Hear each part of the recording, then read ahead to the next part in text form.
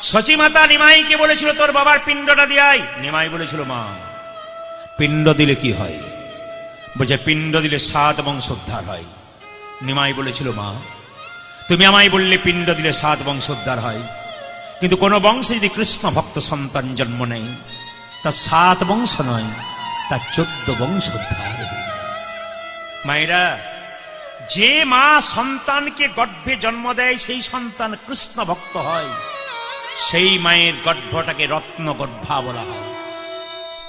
যে মায়েরা সন্তান জন্ম দিচ্ছেন যদি মনে করেন যে আমার ছেলে কৃষ্ণ ভক্ত হয়েছে, আপনারা কিন্তু মনে মনে ভাববেন আমার গর্ভটা রত্নগর্ভ, আমার স্বামীর ঔরসজাত সন্তান আর আমার গর্ভ বড় ভালো বলে কৃষ্ণ ভক্ত সন্তান জন্ম দিয়েছে।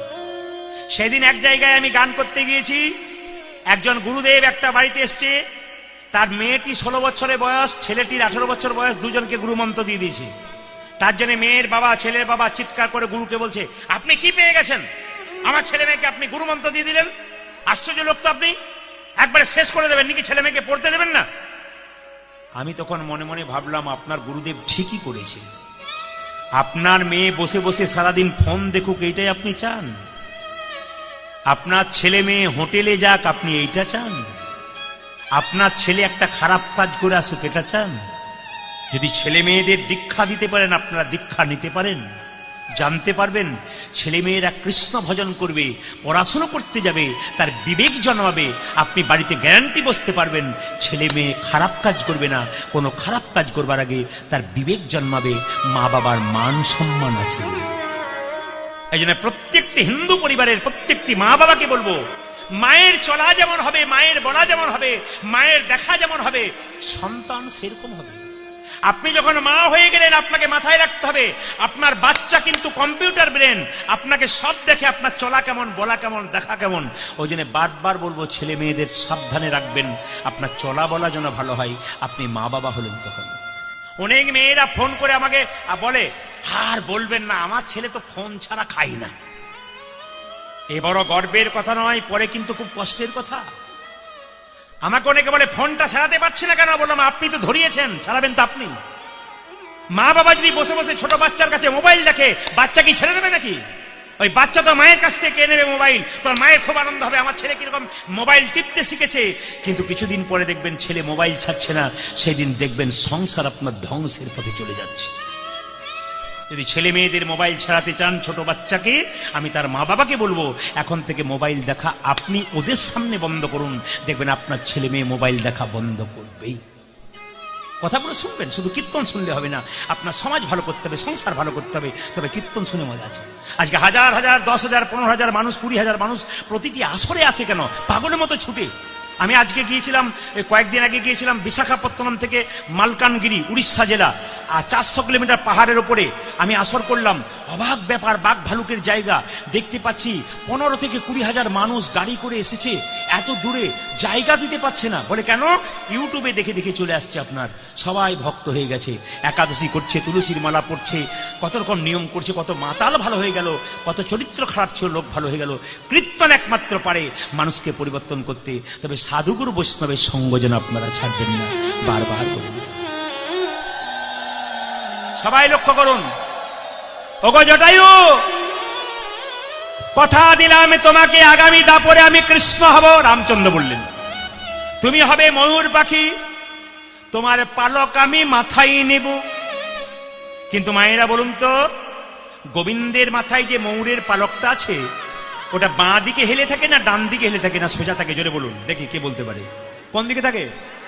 হ্যাঁ, কেউ বাঁ দিকে বলছে, কেউ ডান দিকে বলছে, একটা তো হবে বাঁ দিকে না। আচ্ছা বলুন তো মায়েরা, বাঁ দিকে হেলে থাকে কেন? বাড়িতে অনেকগুলো মেয়ে থাকলে ঝগড়া হয় কাজ কাজ নিয়ে, গোবিন্দের শরীরে যারা আছে তাদের মধ্যে ঝগড়া হচ্ছে। ময়ূর পুচ্ছটা বলছে আমি হলাম বড় লোক, আমি গোবিন্দের মাথায় থাকি। ওরে নুপুর, তুই হলি ছোট লোক, তুই গোবিন্দের পায়ে থাকি। নুপুর বলছে আমি ছোট লোক, তুই নাকি বড় লোক। ঝগড়া করে দুজনের লাভ নেই, মাঝখান থেকে একজনে বিচার করে দেবে। বলুন তো ময়ূর পুচ্ছ আর পায়ের নুপুরের মাঝে কে থাকে? বাঁশি। বাঁশি কেঁদে কেঁদে বলে ময়ূর পুচ্ছ রে, এই জগতে যত সাধু গুরু বৈষ্ণব আছে তারা তো কোনদিন গোবিন্দের মাথায় থাকতে চাই, তারা তো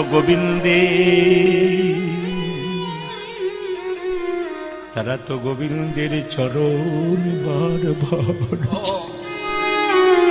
শুনবেন শুনবেন, কীর্তন যেমন মজা আছে, কীর্তনের তত্ত্ব আছে, কীর্তনের প্রেম আছে। বাঁশি কেঁদে কেঁদে বলছে, ওরে মহুর পুচ্ছ, এই জগতে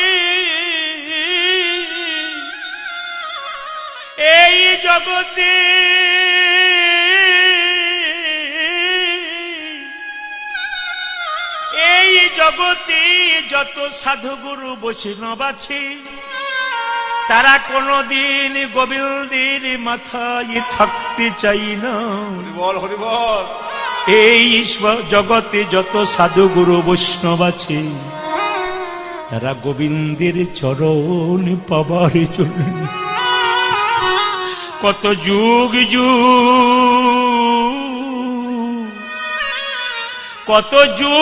যুগ ধরে কাঁদছে গোবিন্দের চরণ পাবে বলে। ওরে নূপুর রে, তুই যদি গোবিন্দের চরণে পেয়েছিস, তবে শ্রেষ্ঠ জায়গা পেয়েছিস। মোর পুচ্ছের অহংকার ছিল, মোর পুচ্ছের অহংকার ভেঙে গেল।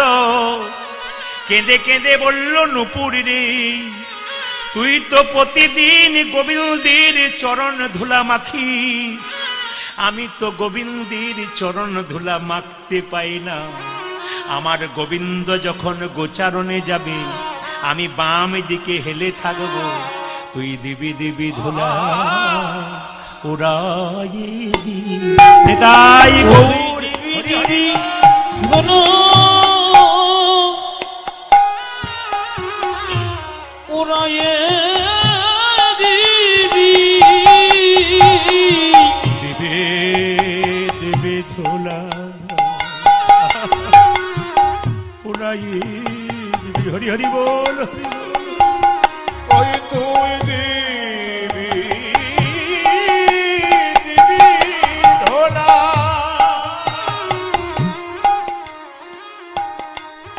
ও ময়ূরায়ে মাইকম্যান। দিবি দেবে দেবে ধোলা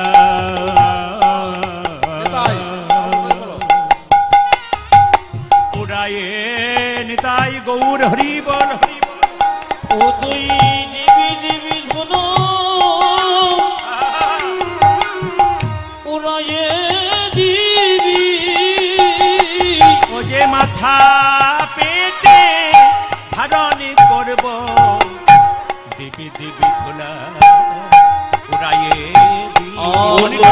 মাথা পেতে ধরণ কৃষ্ণ প্রাণ ওই আমি মাথা পেতে ধারণ করব, কৃষ্ণ প্রাণে গোবিন্দ আমি মাথা পেতে ধারণ করব। কৃষ্ণ প্রাণে গোবিন্দ বলে আজ দিবি দিবি ধোলা উড়াইয়ে দিবি। মায়েরা, আস্তে আস্তে আস্তে, শব্দ নয়, সবাই তাকান। ময়ূরপুচ্ছ সোজা থাকলো না, বাম দিকে হেললো, একটা কারণ আছে। ময়ূরপুচ্ছ জানে সোজা থাকলে গোবিন্দ বদন দেখবো, ডান দিকে থাকলে গোবিন্দ বদন দেখবো, কিন্তু বাম দিকে থাকলে আরেকজনকে দেখবো। আমি রাধা বদনে দেখতে পাবো, রাধা আসবেন না, আসরে আসবেন না। আমি রাধা বদনে দেখতে পাবো, ওই আমি রাধা বদন দেখতে পাবো। তাই তো বামে হেলে রইব, রাধা বদন দেখতে পাবো। তাই তো বামে ফেলে রব আমি রাধা বদন দেখতে ওই আমি তাই তো বামে ফেলে রইব, রাধা বদন দেখতে ওই আমি তাই তো বামে ফেলে রইব, রাধা বদন দেখতে পাবো, রাধা বদন দেখতে পাবো। জোরে বলুন, রাধা রানী কি, শ্যাম সুন্দর কি, মদন মোহন কি। চূড়াটা যখন বাম দিকে হেলে আছে, রাধারানী জ্বলন্তে কি বলছে, দেখে কি মনে হচ্ছে জানিস, ওই চূড়া যেন ডাকিতেছে, চোরা যেন ডাকিতেছে, চূড়া যেন ওই ডাকিতেছে। যে চোরা যেন ডাকিতেছে, রাধে এক একবার এসো বলে চোরা যেন ডাকিতে ওই যে রাধে একবার এসো বলে চোরা যেন ওই যে ডাকিতে রাধে একবার এসো বলে চোরা যেন ডাকিতে ওজা যে রাধে একবার এসো বলে চোরা যেন ডাকিতেছে। মালতী মধুকরের মাল, আমি মালাটা দেখলাম মধুকরের মালা নয়, আহা মালতীর মালা নয়, যেন মধুকরের মালা পড়ে আছে, যেন মধুকরের মালা পড়ে আছে রে, যেন মধুকরের মালা পড়ে আছে, যেন মধুকরের মালা পড়ে আছে রে। ওই যে মালতীর মালা নয় রে সখী, মধুকরের মালা পড়ে আছে রে, ওই যে মালতীর মালা নয় রে সখী, ওই যে মধুকরের মালা ওজা মালতীর মালা নয় রে সখী, মধুকরের মালা পড়ে আছে ওজা রে, মালতীর মালা নয় রে সখী, মধুকরের মালা পড়ে আছে যেন রে, মধুকরের মালা পড়ে আছে রে।